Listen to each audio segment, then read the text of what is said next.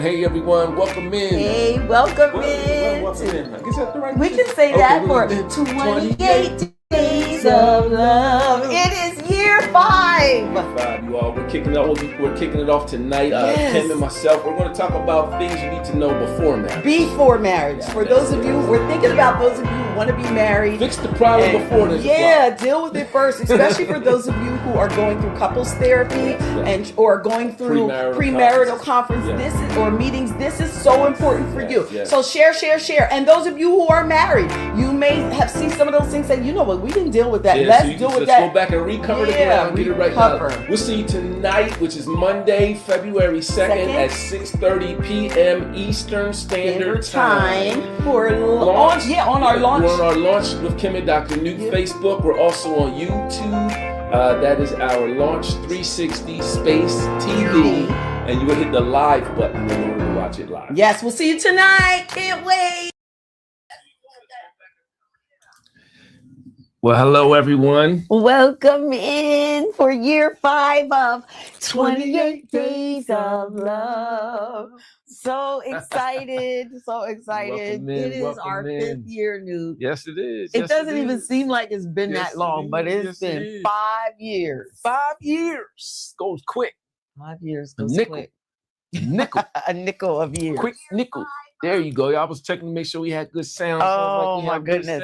Hello. That's my sister, my baby sister. She always right there. That's Webby. How you doing? Samuel Carroll, good morning. That's good evening, him. sir. I'm Yeah, just this you is saying the good morning. time. He's on our evening. Good evening, sir. Hi, Miss Jenny Roscoe. So good to see you.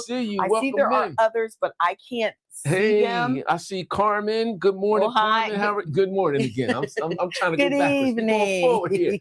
Good evening, Carmen. Good to see you. Hello. Welcome in.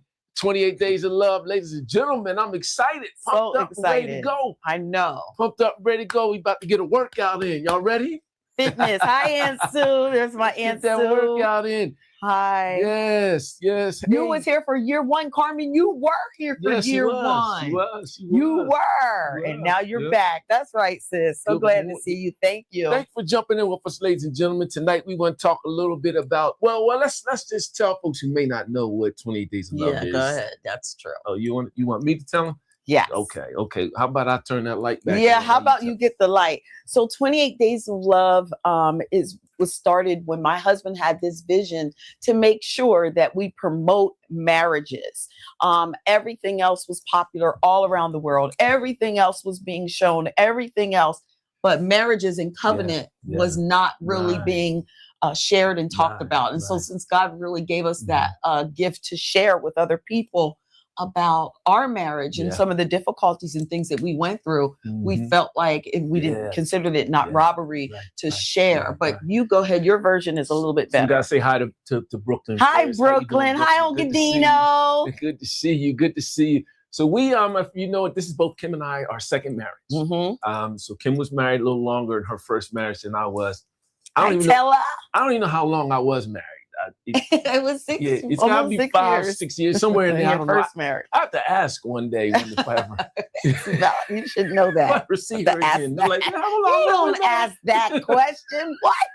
No. She'll start laughing. Oh my God! It was almost 6 years. So anyway, we both had some marital experiences before, and Angela. It kind of landed the way that it landed when we met, and maybe we'll get a chance to tell some of how we met. We didn't want to. I wasn't looking for a wife or anything, Kim was just a good friend. She and we'll talk about it a little bit tonight about law of magnetism, but how we just kind of connected. But fast forward in our time together, we were asked a couple times to speak to marriages. I think we had written our book by then. I can't remember if we had written it or not, or we were working on it. Yeah, we had written it because we were back here. Yeah, that's right. So we had already published it. She drinking water, I'm drinking water. She ain't gonna beat me. No, I'm just kidding. So it just kind of jumped on us, share your stuff. Because when we were talking about marriages, one of the statistics we saw was that it was about, at that time, a 50% divorce rate. There was. So 50, it was like 50-50 chance whether a marriage was going to last beyond that 3 to 4 year period. And we just thought that was atrocious, especially because that was the structure that God put here. So he made Adam, he made Adam, right? And he made male man, female man. But he gave Adam a job, gave him something to do, and then Eve was manifested. So Eve was manifested and put in place after Adam had attempted to take care of the garden itself. And God was like, nah. Why you gotta say it like that? You're about to mess that up. You need somebody better than you. You need some help. Let's get human 2.0. And he made Eve, and Eve came along. But my point is that was the union that was supposed to further the kingdom here on earth as it is in heaven. And for it to have a 50% success rate is atrocious. Yeah, and especially in believers. Yes. Even with believers, the numbers were just as high. They were a little bit less, but they were really high. I was doing some studies, and so back when Moses, it was in the New Testament, I believe, when they said, don't divorce your wife for everything. At that time, I looked at some commentaries, looked at some historical stuff. People were divorcing their wives for like little things, like they burped. I mean, like they were doing things in public, they didn't buy the right thing or dress, Some were real silly reasons. And they were divorcing for that. And that was, one of the things in the New Testament talked about, just a little known history fact I want to share with you. But, So anyway. So it was just atrocious that there were so many divorces, even in our regular world as well, in our secular world as well as our biblical world or our kingdom world. And it was just ridiculous. So anyway, the Lord shared some things with Newt. And then he wanted to do something similar as a friend of ours where he was making Jesus famous. It was like, let's make marriages just as famous. Let that be popular as well. So this is why we're here. This is how this whole thing started. And then I had the idea, let's do it in the month of February. Let it be 28 days of love instead of just one day that people celebrate love, but let it be the covenant love and the kingdom love, and that has many facets to it. Many times we think it's got to be that emotional or huggy-dovey love. Nope. There is so much more to love. It is understanding and forgiveness, and it is the brotherly love. There's many. We have one language. We did a thing on that before. We did a discussion on that with I think seven or eight Greek words for love. And we taught on that. And the one that sticks out for me the most on that, by the way, was storge. STORGE, which meant mature love. Yep, that mature love. And that's where relationships over time, you should get to that place where you don't feel like, if they don't do this, they don't do that, they don't love me. No, you should be solid in your relationship and understand that storge love is there between you two regardless. You know how I know we have storge love? What's that? When we go to the Post, the restaurant, the Post, and I get that cream of crab soup. Don't you dare say it. When I wake up in the morning, you still there. Because I know I was blowing it up all night. Oh my God, you guys. So it's just extremely important to have that. And then plus knowing that when we have, those spirited conversations that we still can come together. And I know there was an example of that. One time Newt and we were in San Diego and I was mad at him. So I fussed at him and we fussed at each other. And I went and got in the shower and I realized when I was in the shower, this is what I realized, that I could call Newt right then, right after that heated discussion and say, hey, Newt, I need such and such. And you know what he would have said? Okay. And he would have went and got it. And so that's what the Lord was showing me while I was in that shower. And then I was like, you're right, Lord. Yeah. That even after a spirited conversation, a disagreement. Yep. We're basically on the same team. We win together, we lose together. Yep. So that is why we think it's important for beginning marriages, for those who have been married for some time and those who have been married for a long period of time. It needs to happen. And we've had the privilege of being a blended marriage. Yeah. So that in that blended marriage, blended family is a whole nother dynamic. A whole nother dynamic of team inside, especially if you brought children with you. Yeah. So Kim and I both have biological children. They're all our children. We don't say stepchildren. Right. Like they might call me Big Newt, but when I'm not looking, they call me Dad. They say my dad. They say my dad. Pops. But when they talking to me, you know what I'm saying? Well, that's how they. Or when they're talking to you, they'll say Kim, Miss Kim. But then they say my mom. Right. But we were fine with that. Yeah, you call me whatever you want to call me. Because our position wasn't necessarily a title. It was the position that God put us in, the opportunity to be for them. And we knew we were stepping in. I was stepping in a spot. Stepping into a place. To hold, yes. But anyway, they I forgot what I was going to say now. Because she had children, I had children. We bring them together. Well, we both had some tumultuous portions in our relationship before we got together. Right. So there was some ownership and some protection over our biological children. That's right. That we developed even in our first marriage. So when we get together and this new person steps in with different ways of doing things, different scene, different language, there can be some consternation. Can be some consternation. There's another dynamic to the word team. Yeah. There. Yeah. So, developing that and understanding that we're on the same team and we're on the same team. That's a growth journey. It is. And I'm so proud of our children. We're going to have some of our children on this week. Tomorrow and Wednesday. We're going to have our daughters on tomorrow. So conversations with our daughters, and then on Wednesday, conversations with our sons, and they're going to share some things. These are great things, and they're going to be very transparent to say the areas that we've had to grow in. I was going to say that. And we do this so that you can understand that it can get rough at times, but you can grow from there. Yes, you can. Yes, and you can go from there. Yes, you can. Yes, you can. So tonight we want to really focus more on before marriage. Right. Because a lot of times we just jump right into the relationship where you're already married. Well, now we want to focus on before the marriage, right?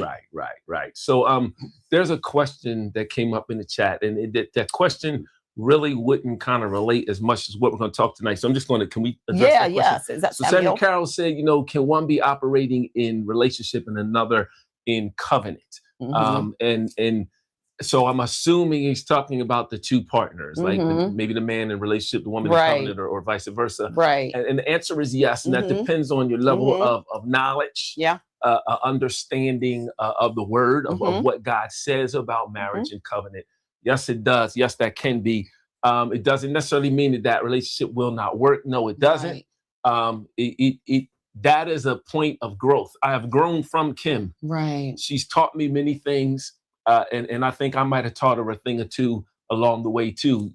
Absolutely. So as long as that, I'm going to say that ground, the understanding about the ground or the soil of your relationship. And the agreement that you already have. Yes, is in agreement, yes. And then there's a scripture that says that the husband is sanctified by the wife and the wife sanctified by the husband, because maybe they don't understand what covenant is yet. Yes. And that's okay. Yes. If you have that agreement that this is what we're going to do and we're going to stick it out and stay together, you can grow past those beginning stages of the relationship and the marriage and build something very powerful. So one of the biggest things, not to dig into that a whole lot, but one of the biggest differences between relationship and covenant is covenant means that there is a bond. There's a blood bond, and a word bond spiritually and physically between those two individuals that means more than the two individuals themselves. Relationship is about feelings or commitment that I choose to give to you. Right. So I can pull relationship off the table anytime with no consequence other than just, hurt feelings.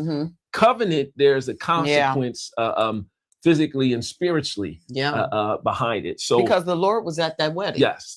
He heard your vows. He was there. He was there. He was a guest. He was there. He was that third cord that was there. And so you just can't break that and feel like it's just going to be okay. Right. And maybe another time we can talk more about that because we both have that experience. But right now we really want to... The reason I said that is because I want to finish your statement. The reason why I'm telling you that the difference between the two is because if one's in a relationship and the other's in covenant, if the one in covenant is adamant about keeping the covenant and growing it, then that's going to be a sacrifice. Yeah. That's a stance of not sacrifice, a stance of investment in that relationship that you may not see from the individual who just understands relationship and not covenant. Right. So stand your ground in that piece if that's what God is telling you to do, that it will reap benefits for you at some point. Okay, yeah, it will. It will. Okay, that's fine. All right. We want to, because I don't want us to miss this, because there are some people who may really want to know a lot about what to do before the marriage. Right. And those of you who are married out there, please feel free to post and share things that you did before the marriage, to make sure that the covenant was strong. Right. So if you've ever run track before, one of the things that a good track coach is going to do is have you focus on your start. If it's a sprint, your start. If it's a semi-sprint, they call it a 400, a sprint. How you're starting, what's your strategy in that start place? What is your breath? How long before your full stride?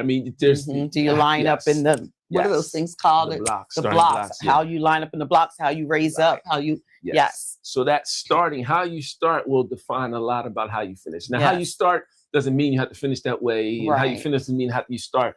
But if you're running a race intentionally and you're preparing for that race, it's not an accident, then you are focused on how you start. So marriage, we're going to just use the word race for marriage today. So we want to say this is a lifelong race we're going to run, and I'm intentionally walking into it. So I'm not accidentally marrying anyone. Right. This is an intentional thing, right? Ain't no falling in love. That falling in love. We'll talk more about that, but that falling in love is definitely not something you want to do. You want to do whatever it is intentionally. Stand in it. Stand in it. Stand in love. So we want to talk a little bit about how you start. So there's a lot of folks, looking at marriage, which is a great thing. I think it's growing now. So, but we want to start with a good start. So, Kim and I, we get an opportunity to talk to a lot of couples that are about to be married. We think it's a privilege. Well, I think it's a privilege. It is a privilege. I know my whole story. So it's a privilege. God has a sense of humor. So one of the things we do whenever we talk to a brand new couple, we wrote a book called Baggage Claim. And in that book, Baggage Claim, in chapter 1 and then again in chapter 10, they do a quiz, like a self-evaluation. So there's about 10 categories on that. I should have brought one out, or I should have put it on the screen for you. There's about 10 categories. You have to buy the book so you can see it. So Baggage Claim. It's on Amazon. Baggage Claim, Kim and Dr. Newt, the one with the yellow cover. You can get it from us too. If you want one, let me know. So the there's that self-evaluation is about 10 categories. So like family is one, finances is one, intimacy is one, friends, children, career, faith, so and what we have individuals do is, you take a copy, and you go answer your questions and evaluate yourself or what you expect from, or you're this person by yourself. Don't talk about it. Right. Just do it separately. Right. And then after doing it separately, you gear up for that conversation to talk about it. Right. And what you're looking for are differences. Similarities and differences. Yes. You're looking for things that like shoot out, like, whoa, I didn't know that. Right. So you do what again? Right. You want to what? Or you don't believe in what? Yes. Or you, So you're looking for those things because before you get into that marriage, you want to find solutions. That's right. To those categories because they're not going to go away. They're not. No, they're coming. Yeah. They're coming. And they're magnified once you've already gotten into the relationship. Before you know it, you're going to see them enlarged. Yes. So just to further, we were talking about the book Baggage Claim. So we start the book that way, and then you go through the book. We tell you about our story. Kim writes a piece. I write a piece. We have some exercises at the end of each chapter. And at the end of the 10th chapter, you take that same quiz again. And at that point, the hope is that we now have more common ground. Yes. On more of those areas. Or have agreed that I understand that this is where you stand with that, but this is where I stand. Will we be able to, as a community, work to do? Right. Is this something we can do? Right. So having said all that, we want to talk about just a few things that we think you could think about. You should consider before getting married, right? So the first thing is this, and let me see. I think I got a lower third banner I can put up for you. And if you were in our airstrikes in the morning, you guys got a little bit of this info. You kind of already heard some of this. We're just going to restate some of it. If I can find where I'm at. There you go. So the first one we want to say to you is this: that the relationships we choose can impact whether we win or lose. The relationships we choose can impact whether we win or lose. So you want to ask yourself a question: why am I in this relationship? So when I met Kim, she's beautiful. She was very beautiful, that chocolate skin and that smile she had that day with that black dress on. Oh my God. It was definitely eye candy. I was definitely physically attracted as a young man. I think we were 30, 33 at the time, right? Definitely physically attracted.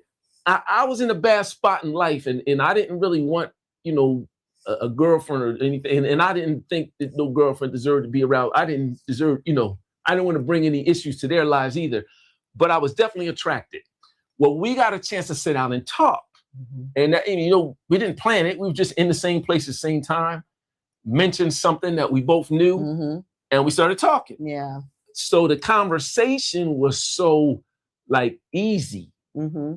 It was just so easy, and I forgot about the issues, the stuff I was dealing with at the time, and I liked that, right? So I was attracted to her, you know, from like she had her ankles was nice. God. Right? But when we sat down and talked, that was a different kind of connection. It was a different kind of connection. And at that moment, I knew, you know, whatever was going to happen, she's cool. You know, this kind of person, you know, I can be cool with. Right. So why am I saying that? Because the relationships we choose impact whether we win or lose. So this was a kind of person with the kind of hidden conversation she had at the time that even if we didn't hook up or connect, I knew she was going to tell me good things. You know, she wasn't going to get me in any position that was toxic or you know, trying to draw or leech from me or anything along those lines. I could tell she had rules in her life. So some of the stuff that she didn't know about me yet that I was doing back in the day, she wouldn't stand for that. So if I was going to be friends with her, I couldn't be that around her. So when you're choosing and looking at another relationship, you got to ask yourself, why do I want to be in a relationship? Is it just for her ankles? I mean, it sounds funny, but I mean, I've been in relationships just for the ankles, right? But just ankles for how someone looks. Yeah, but that changes. It changes. Yeah, that changes. So I don't know anything you and just very similar to that. I then was coming out of a really, you know, almost 16-year marriage, and it was a rough break. And at that time, I didn't really trust anyone, so I wasn't really I was worried. I didn't want to really have a relationship. I didn't trust nobody. One of the things I even said was, I don't want to meet no boogers. I ain't got time for that, because I did not want any problems. And then I also I think I was more afraid of getting hurt again. So, but when we were talking that day, it was a very easy conversation. I also didn't want him to see or know anything that I felt, because at that time I was angry about what I had been through all those years. And so being angry, I might want to, you know, fight or yell or whatever, because I was really hurt. So I'm not going to show that to him, because I'm just meeting this person for the first time. But the conversation was very smooth. It was very easy, you know. So we have to realize something about ourselves, and I should have started with this, but you know, Kim and I, we're kingdom citizens. So the Bible, the word is how we live, is what we live by. So there's these scriptures in this book in the Bible called Romans. It's in the New Testament, the 7th chapter, and around the 22nd and the 23rd verse. I'm gonna throw up on the screen just to read them to you. So this one says, "For I delight in the law of the Lord, the law of God, according to the inner man." But then the next verse says, "But I see another law in my members, warring against the law of my mind, bringing me unto the captivity under to the law of sin, which is in my members." So I'm saying that to you because there's this duality. There's these two laws in place, and we can't avoid laws. So there's these two spiritual laws in place. So there's these two sides, if you will, to you, these two draws or tendencies to you, right? So when we're looking at going into a relationship as serious as marriage, we need to realize that we've been trained, we've been conditioned throughout life to only show our best foot. Our representative. Our Sunday best. That's what we've been trained to do. Kim just said it. She didn't want me to see certain things. And when I was talking to her in those conversations, which are easy, I was staying away from the stuff I didn't want her to see about me. So she met my Superman. You know, so I'm Clark Kent and Superman. So she met my Clark Kent that day. She didn't meet, she met my Superman that day. She didn't meet my Clark Kent. And he met my Wonder Woman. My Wonder Woman. You didn't meet the Diana Prince, because I wasn't ready to reveal to you who I was. And that's something you have to consider when you're dating, or you're just starting out, or considering marriage. Is this person really showing me all sides of themselves? Do I see everything? And can they? Do they even know how? Or know that they can? Mm-hmm. You know, so that's a big thing. Just a quick example. We were in California and I was talking to someone about this. It was a young lady at a radio station, Mm-hmm. and I was talking to them, and they said, well, you know, I've been with him for 3 years. And then all of a sudden, like he changed. All of a sudden we made this commitment and he changed. And I was like, because he was showing you his representative. Was already that. So all the things. So all you just knew his characteristics, not his character. Right. And she was like, no, but it was 3 years. Time doesn't matter. Mm-mm. Conditions do. Yes. I need to see you when it's rough. Right. I need to see you when it's not rough. Right. I need to see you when it's a challenge and you need to figure out your words. Right. You know? Right. And how I need to see how you're going to handle a situation. Right. I need to know what you believe in regards to this. I need to see the whole you. Yes. You know, so just want to kind of throw that out there for folks who might be in relationships for a long time. When the conditions change. Yep. So if you've had a boyfriend, girlfriend, whatever you want to call them, you know, 3-4 years, and you've lived in separate places, or every now and again y'all spent the night and things of that sort, and you know, you've done a lot of things together. When the condition changes, when I no longer have somewhere to go home to, and you no longer have anywhere to go home to, and our home is together. Yeah. And we're 24/7 in the place, the commitment, the mindset, the shift in our mind has happened. Then the conditions change, and then you start to see Clark Kent and Diana Prince. Wonder Woman is gone, and so is Superman. Right now, you start to see the real person. Right. So who you choose, relationship you choose, will depend on whether you win or lose. And there's in that thing is called something called law of magnetism. So you want to write that down. I didn't put that down, but law of magnetism. You can look that up. John Maxwell talks about this a lot. Law of magnetism, but in the law of magnetism, you attract what you are, and that's harsh to say, because sometimes what we are is not the truth of who we are. It's the fact of who we are. So meaning this: if I've been conditioned or trained to do a thing, and that's what I do all the time, then that's what I am in that moment. That's the fact of what I am in the moment. But God has spoken the truth over me. My Jeremiah 29:11. The plan he has for me to prosper me towards an expected end, you know, a future that he sees as positive. That's the truth about me. I may not be walking there yet. Right. So where I am in the moment, that's what I'm going to attract. So if I'm needy, I'm attracting needy. Right. If I'm broken, I'm attracting broken. Or you're attracting from that person what they can do to feel that neediness, or that brokenness for you. So and we've got to be careful there, because sometimes they don't have that capacity. Sometimes they're needy too. Yeah. But needy recognizes needy. That's true. So when needy recognizes needy, my first inclination is to speak to the needy I see in you, because I know that's what I want from me. But I don't have the ability to sustain that for long because I'm needy. And the real you will show. Yes, I'll deplete very quickly, and the real me will show up. So choosing who's around, you know, the relationships you choose depending on when you. He said, I need to see what you look like in the morning. Yeah.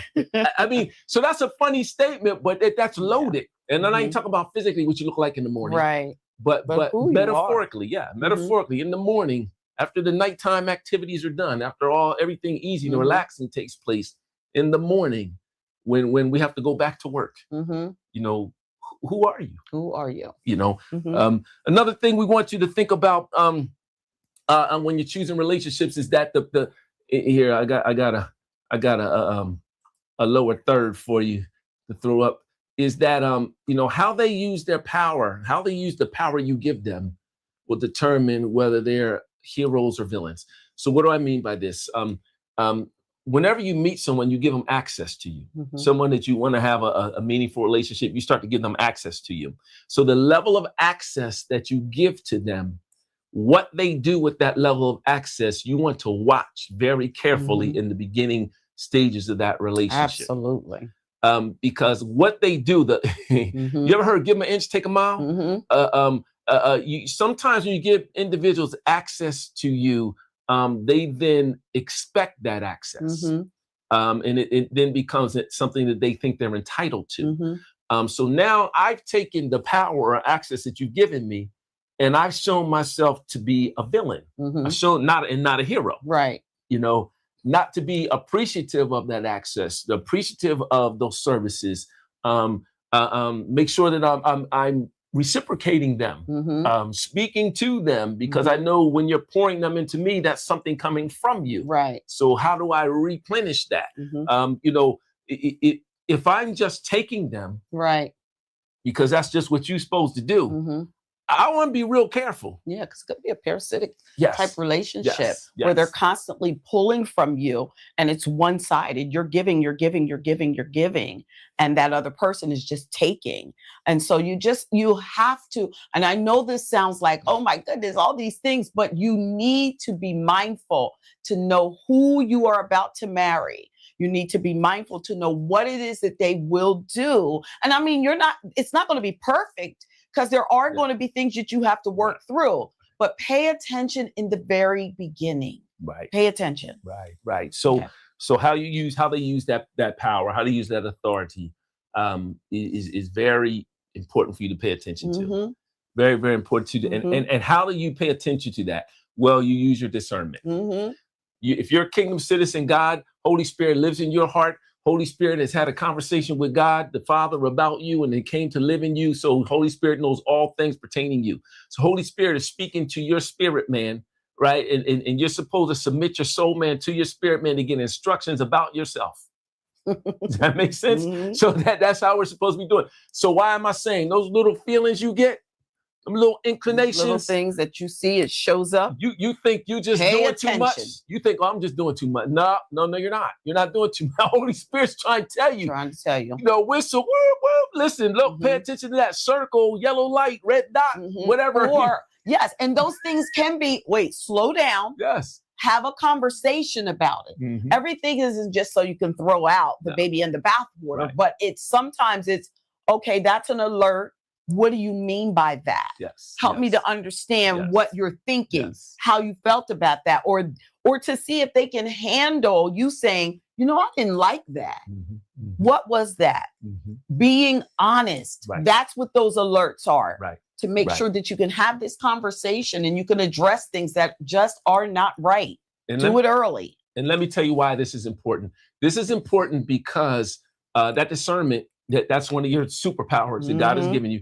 That discernment is letting you know either their level of development or yours. And whether either your level of development can help that individual or their level of development can help you. Because that's what takes place in a marriage. You become one. Right. So where I'm weak, Kim is strong. Where Kim is strong, I'm weak. We bring those together. We become one solid individual that's tough to deal with. You can't. Right. You want to catch us separate. You don't want to catch us together. No, we're still together even when we're separate. I mean, we got some time. But I'm saying, so it's important. It's not just important for you to pick out little things in the person you don't like. That's not what I'm saying. What I'm saying are those red flags that your discernment is saying, listen, that's a problem because it's going to thwart your purpose. It's going to hinder your forward motion. It's going to distract your walk, your relationship, or you in theirs. Yes.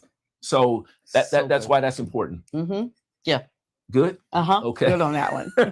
So then if we keep moving, we're talking about things we need to consider before getting married, right? And we're taking it outside of just those traditional things, that survey that we talked about in our book. And if you want that survey, get our book and you can do that as well. But here's the other thing.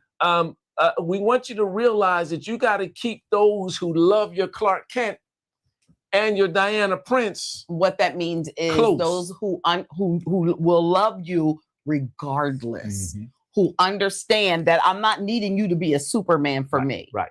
And you don't need me to be the Superwoman for you. Right. But you can take me. This is the real me. Yes. And that's what is extremely important.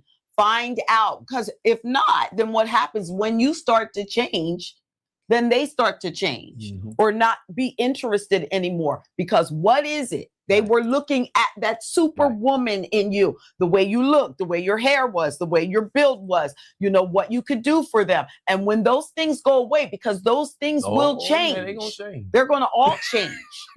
You know, they all change. Yeah.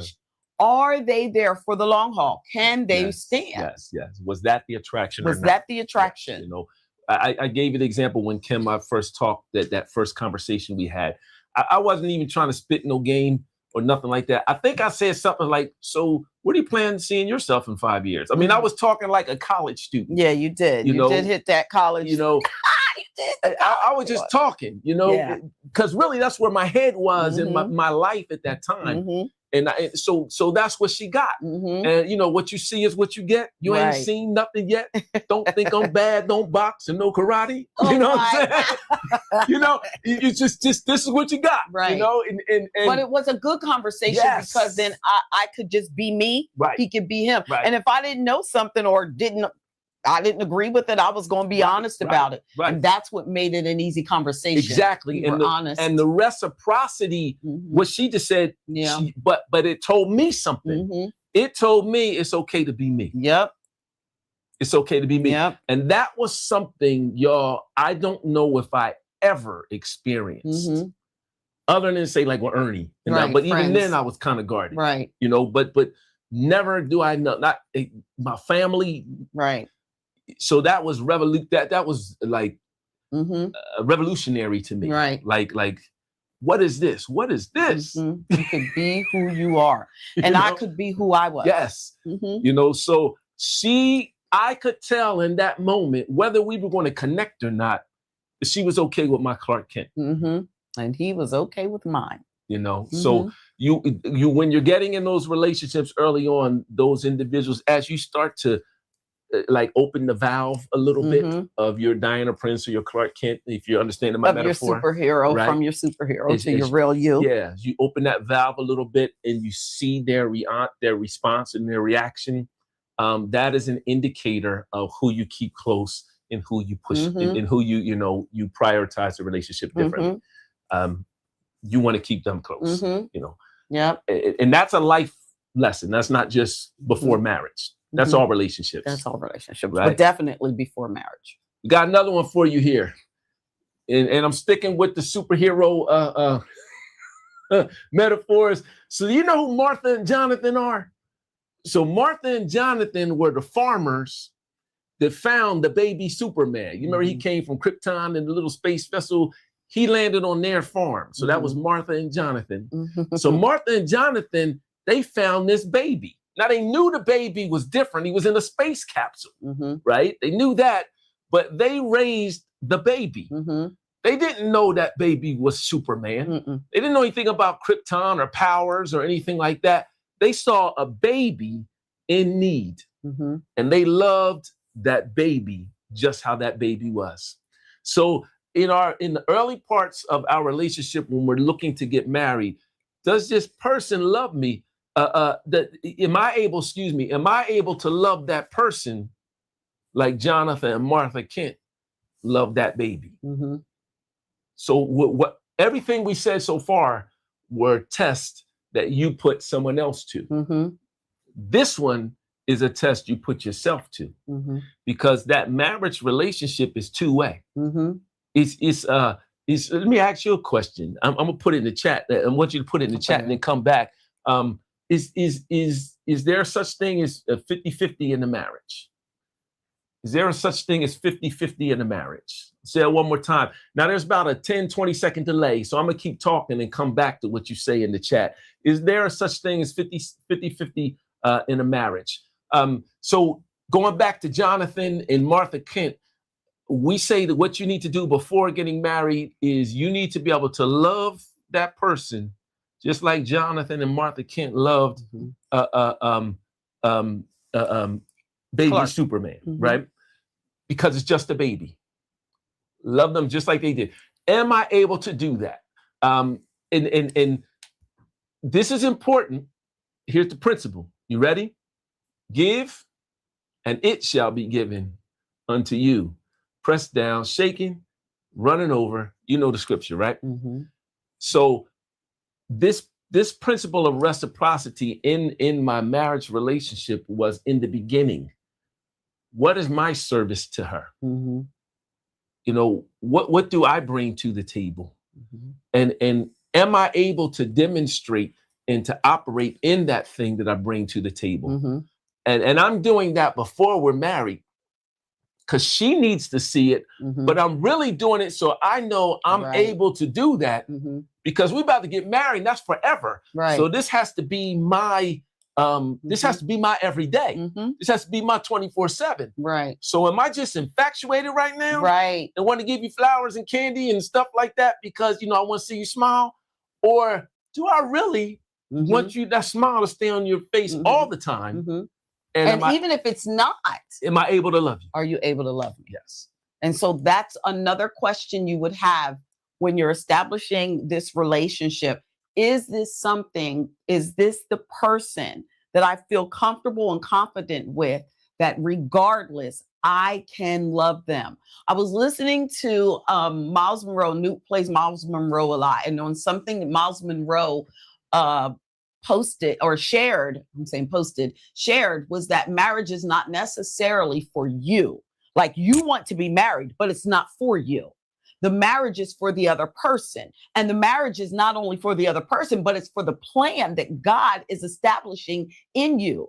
And to keep that marriage together is the responsibility of the two who said, I do. And along with that, whatever children come, they are the plan that God has established for the future. So the responsibility of keeping this thing together has to go beyond your feelings, has to go beyond your emotion, has to go beyond what you like and dislike. It has to get to the point where you take yourself out of the equation and let the Holy Spirit speak on behalf of you, so that this relationship does exactly what God established, that its purpose is carried out and the will of the Lord is done. And that is the question: can I love the baby? Right.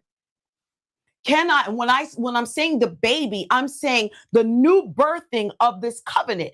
Can I love that enough to put myself aside? Mm-hmm. Can I love that enough, the baby? Because the baby's work. Because a baby is work, and relationship, a new marriage or a covenant, a long-lasting covenant is work, because every level of the relationship goes higher, goes deeper in order to get to that storge love. Yeah, that mature love. That mature love.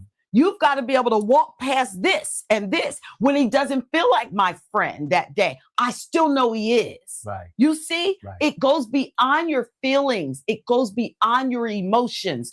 Can you get to that place and love the baby, the beginning of this relationship? And can you stay and watch it grow? Yes. Can you be there to help it grow? So it's important. It's important. So I'm looking at the chat here. I see some things. The question was, is there such thing as 50-50 in the marriage? I see Martella says no. Carmen says no. It's 100. Carmen, I love that. We're going to come back to that. I'm going to put that up. Brooklyn says yes, 90-10 or 70-30. I would love to. I think I know what you mean by that. I think I know what you mean. I think you're saying the same thing that Martella is saying here. Sometimes a person can only give 30 and you have to carry the other 70. Sometimes that changes day to day. And here we go again. So Linda again, no, 100. I wish we were in the room, man. Covenant. We could pull some of this wisdom out of everyone. And Samuel says no. Just plain don't know. So let's go back and let's talk about it. So we're talking about 100%, 50-50. 50 and 50 does not equal 100 in a marriage. It equals 50%. If I give 50% and Kim's giving 50%, then we still just giving 50%. And where's the other 50 of myself at then? Right. If I'm only giving 50 to him, where did I leave the other 50%? Right. And so does that pull me away from my relationship? Yes. So in order for our marriage to be whole, I have to give 100. She has to give 100. Right. Whatever that means. So let's unpack that a little. So we understand there's no 50-50 in marriage. So and the reason I'm saying this, because I grew up in an area in like when I would hear the men talk and the women talk. well, my half of the rent, or my half of the rent, my half of the bills, the half of the bills, and we're counting the relationship based on numerical values. And that's how they were defining 50 and 50, right? And so the numerical values of the things owned, needed in order to be comfortable in a relationship, that's how they were defining what they were giving to the relationship. And that was so wrong. So wrong. So wrong. And I don't want to tell a whole lot of my story, but I mean, I could pay all the bills and still not be present. But another conversation for another time. So 100%. In order for this to be whole, I need you to be whole, me to be whole. We give all of each other. If you're only giving 50, I'm only giving 50, then there's only 50% in the relationship, right? So yes, 100. So let's break that down though, because there was a time where I lost a job, went to work and found out I got fired. Didn't even know why. To this day, I don't even know why. Right? Came home. We had just bought a house. This was like, 2001 maybe? We had just bought a house. I remember telling Kim, she was outside by the gate. We had a gate on the side and went out there and told her, and she didn't blink. She didn't even blink. And went into action, So at that point, no longer, this was a learning lesson for me. I didn't have any income coming in. I didn't know where my next income's going to come from. So what am I contributing? That's where my head went. So I'm thinking 100, 50. I was thinking numerical values. Thinking numerical at that time. Right. And what I didn't understand, so Kim, so let me say this first. So yes, Kim had to pull the slack for those couple of checks or whatever, or dip in income that I had. It was one. Right. So she had to pull the slack for that and, some other things. But that didn't change my 100 or her 100. Exactly. There it is. That didn't make her have 110, 120, because you can't. It's 100 or not. It's all or nothing. Right. What she did was her resources and connections, she connected me to them. I was able to tell them my gifts, skills, abilities, and they supplemented the income I could have. And I would still be able to bring up again. So my point was this: the numerical values were not the issue. The issue was the commitment to the covenant. There it is. So even in the dip time when I didn't have the dollars for that little bit of time, I was home, and I was doing something else or working on something else. My point is this.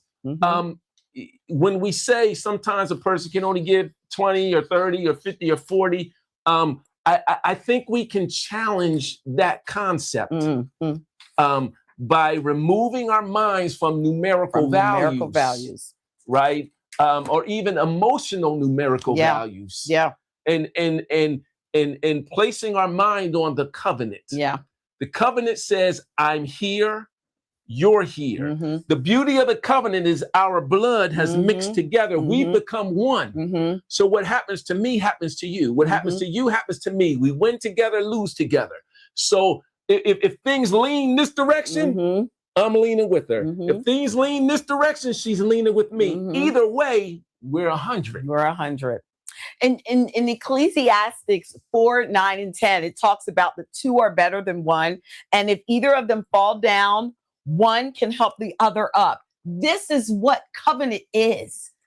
I don't say, well, I gave more than you gave. No, it's numeric. There's no numeric value. But what that value is that I am here, and whatever you're lacking, I have. Whatever I'm lacking, you have. There were times when there were things that I did not know or understand. Nuke taught me so much stuff, so much. He didn't count it as I showed you this, I did this, I'm greater than you. No, it was always, we are one here. We are one. And for those of you who did say, like, sometimes this person only knows to give 30, and that could be true if they never understood covenant. But once we come to the knowledge of covenant, then it is clear, that we are all in. You're either all in or you're not. And my 100 will grow. That's the part. It'll grow. I'll grow from her. She'll grow from me. My concept of family is totally different than it was when I met Kim. So anyway, we have to love them like we're Jonathan or Martha Kent, right? Love the baby. Yes, love the new relationship. Because you need to understand that your voice matters, which takes us to our next one. The final one we want to talk about is this. So we're talking about before that marriage relationship, some things we need to look in for them. So that 50-50 concept is something you're going to want to address. Yeah, it ain't no 50. We're 100. So I'm going to love you like the baby. I need you to love me like the baby. Right. 100 in. So the other thing is this. We all have that Superman and that Clark Kent, or that Wonder Woman and that Diana Prince, right? We all have those two elements of us. That was that scripture I showed you. About the law. Paul talks about it. He talked about the law he has. So that's for all of us, right? So when I'm operating in my Superman, I have gifts, skills, abilities, talents, say in the marketplace. I work in education and I'm pretty good at it. So I get accolades in that arena from my gifts, skills, abilities, talents, and just, how I operate in it, which is God gave me to operate in, right? My experiences, all those things. And I get accolades from there. And they're wonderful. I like them, right? They usually show up in the form of money. I like money, I like the opportunity, like, that they bring, right? So, but for real, I had to let Kim know I get it from them, but I need it from you. I need those accolades from you, because your voice matters. You're my Eve. Like, if I'm not paying attention, I'm gonna eat from the fruit because you said so. You know what I'm saying? We need to understand that person that we're going to marry, they have that voice in our lives. Yes, that's right. Yes, and I'm the same way. Yes. I feel the exact same way. There are things people can say to me, and they can say it all day, but when it comes from Nude, tell me more about my eyes. When it comes from my husband, when he tells me, it's almost like it resonates. It's almost like it jumps off the pages. Right. What is the scripture? I mean, when there's the two different kinds of, there's logos and then there's Rhema. It's like that in me. It makes the baby leap in me when I hear it from my husband, because I know that he has my best interest at heart. And I also know that we have become under this covenant of oneness. I know that when he speaks it, when he says it, it changes something in me. It gives me the thing inside that I know that I have one more. I can do it, that I have the ability. And I remember different times him saying to me, I don't care. We don't care what nobody else says. This is what we do. And those were things that helped to build me. They build me. And so it doesn't matter what I get from people at work or what I get from people at church or what I get from people around the world or what they post or respond and say, Kim, when my husband says it to me, it has life. It has life on it for me. Yeah. We were years ago, some time ago, we got to go, but was talking to a couple who were having some difficulty, and the young gentleman shared some choice words about the person, calling them out a name and some things like that. And then shared how he felt as if whatever he was saying to her was not received and respected, or whatever the case would be, however the words were used. So I'm putting that out there to say this to you. If those are the cases in your relationships, then that means that voice that makes a difference in you, my God, is not there. It's not coming from there. That is a huge crack in the foundation. Or the difference it'll make will not be good. Yes. It won't be a part of the Jeremiah 29 in your life. Yes. It will not help to speak to the plans that God has for you. It will not. And that is the opposite of covenant. That's the opposite of covenant. That's a crack in the foundation. Yes, it is. When the foundation cracks in the house, they condemn the building. So I'm just going to show you them real fast because we got to get out of here. I'm going to try to stick to our hour time that we have. But the first thing we said before you go into marriage that you need to consider is that the relationships we choose impact whether we win or lose. Is this good for me? Yes. Which means you have to know you. You got to do that evaluation of you to know whether this is good for you. I knew I needed rules. Because I was the rule she lady. was rules, right? I know. The second one is how they use the power you give them or the access you give them, Will they whatever take word you want to use. advantage of you? Are they going to manipulate you? If this is what they're doing, then they're not for you. But if that person that you give access to you knows how to properly handle you and not abuse you, then this is could be a good match for you. Hero or villain? Is it a hero or villain? Your discernment is your greatest power. God gave you that. Holy Spirit lives in you. Listen to that discernment. Those little red flags are not you doing too much. It's not you just being picky. Don't run that through your girlfriends and boyfriends, because eyes have not seen, ears have not heard what God has. They can't see and hear what God has in store for you.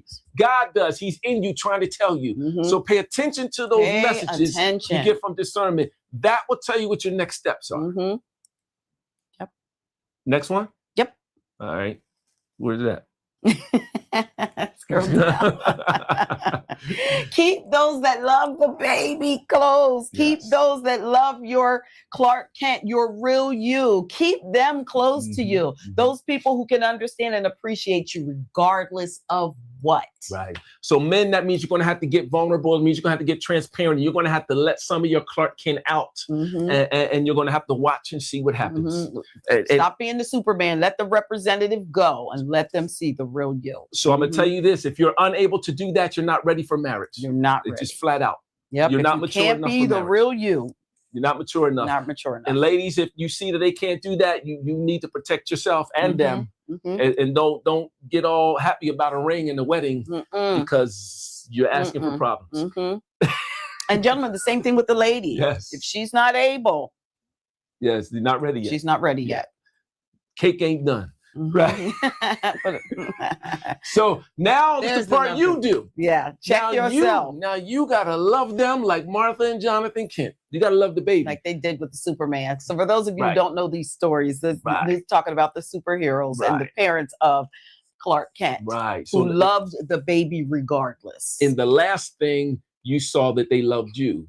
Now you've got to make sure you're able to love them for the long run. For the long haul. That's going to be your 24/7. So if not, then it's just infatuation. Ride that wave and get off. Get off. You know, but if this is something you can do and it's normal for you, it's easy, it excites you, you look forward to it, then by all means, move towards it. All right. And then you have to be able to communicate. Yes. Listen, I get it from them. I'm my Superman. She's her Diana Prince. She goes wherever she goes. Sometimes we're in the room.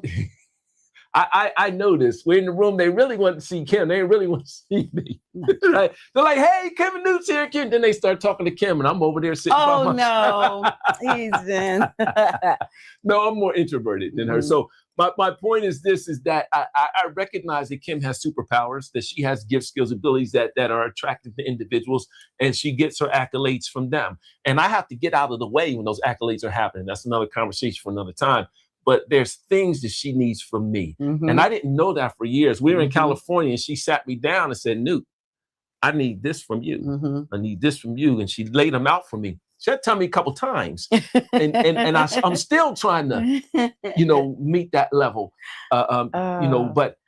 And there was a prophet in Harrisburg who I had been sharing things before we went to Harrisburg, before we went to California, and I was sharing things with Newt. No, Newt, I need you to do it, right? And he was saying no, and he was not thinking it needed to happen that way. So we went to the church that night, and that prophet spoke to Newt and said, "You know what? There's some things that you have to do. You're waiting for God to do them, but God wants you to do them for her." So the Lord just brought that right back. So there are things that He needs to do for me, and things that I need to do for him, those accolades he needs to hear from me.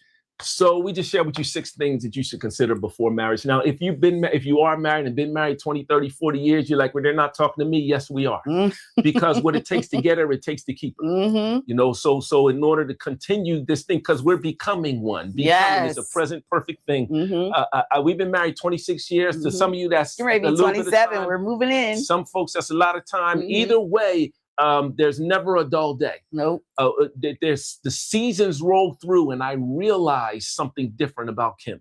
Not necessarily because I didn't know it before, but she's evolving and growing. Mm-hmm. I'm evolving and growing as we get closer to the Father. So the more the truth about us, Mm-hmm. we're walking into that, which makes our relationship exciting. Mm-hmm. You know, so these things that we have to do before we get married, we're saying it to you if you're not married yet, so you can avoid having to come up the rough side of the mountain.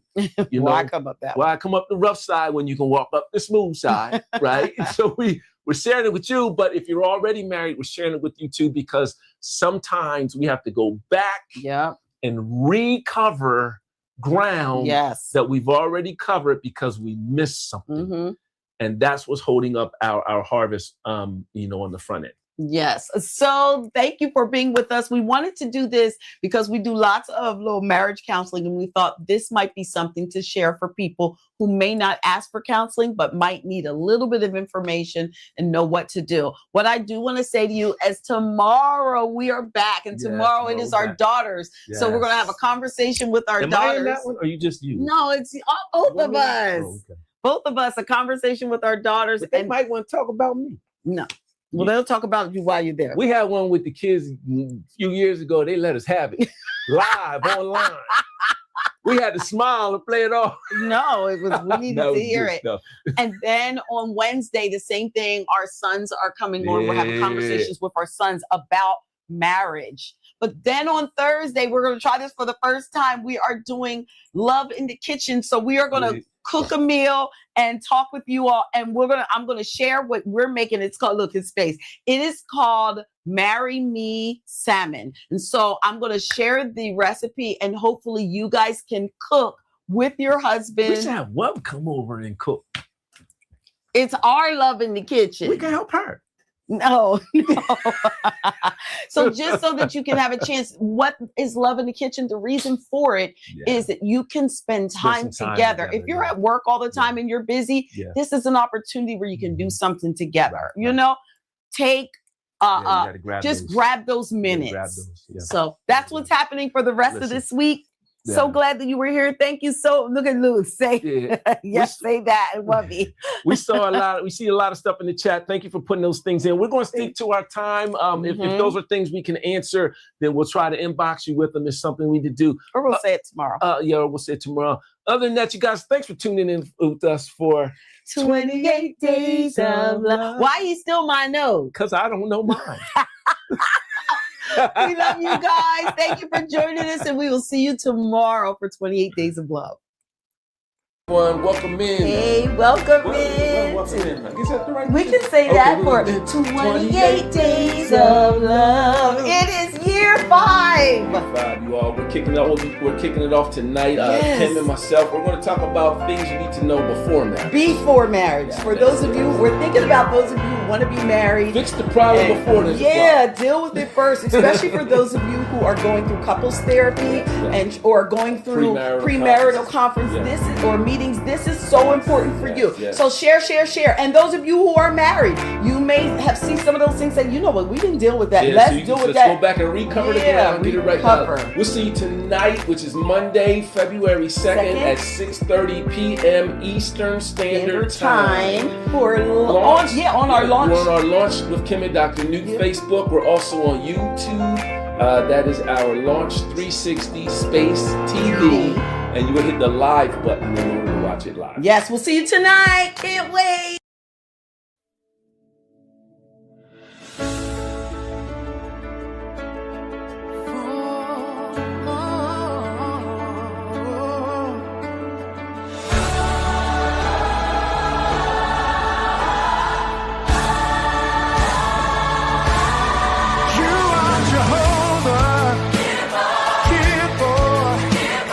Mighty warrior, and mighty in battle, a strong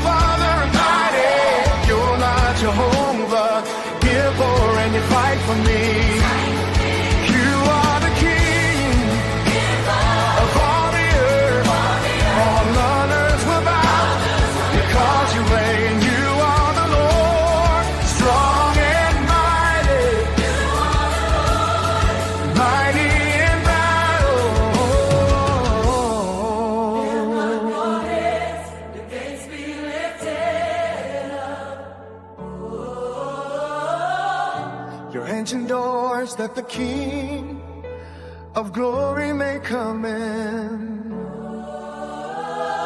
Who is this King of glory? The Lord, Strong and mighty in battle. Who is this King of glory? He's Lord Almighty. He is the King of glory. He is the Lord Jehovah, Gibor, my God.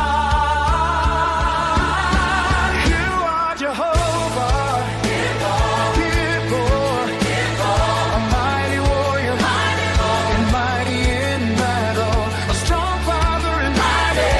You're my Jehovah, Gibor, and you fight for me. You are the King of all the earth. All others will bow because you reign. You are the Lord, strong and mighty. You are the Lord, mighty in battle.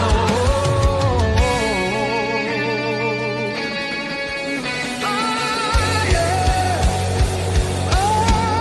Thank you for staying the execution of death. You are a mighty God. Thank you for helping me to overcome challenges. and keeping me safe. Present help and healer. Thank you for being the author who writes the story of my life. You are a loving Father. Thank you for completing the work you begun in me. You renew strength. And are a faithful God. I know there will be a performance that you will reveal concerning me. You are Jehovah, Gibor, strong and mighty in battle.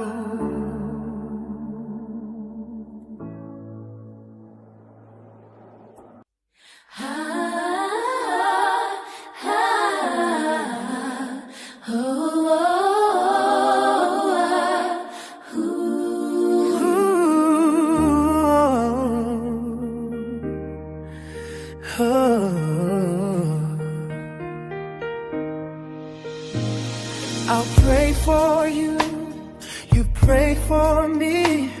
With God on our side, we'll always be in love. Walk in love.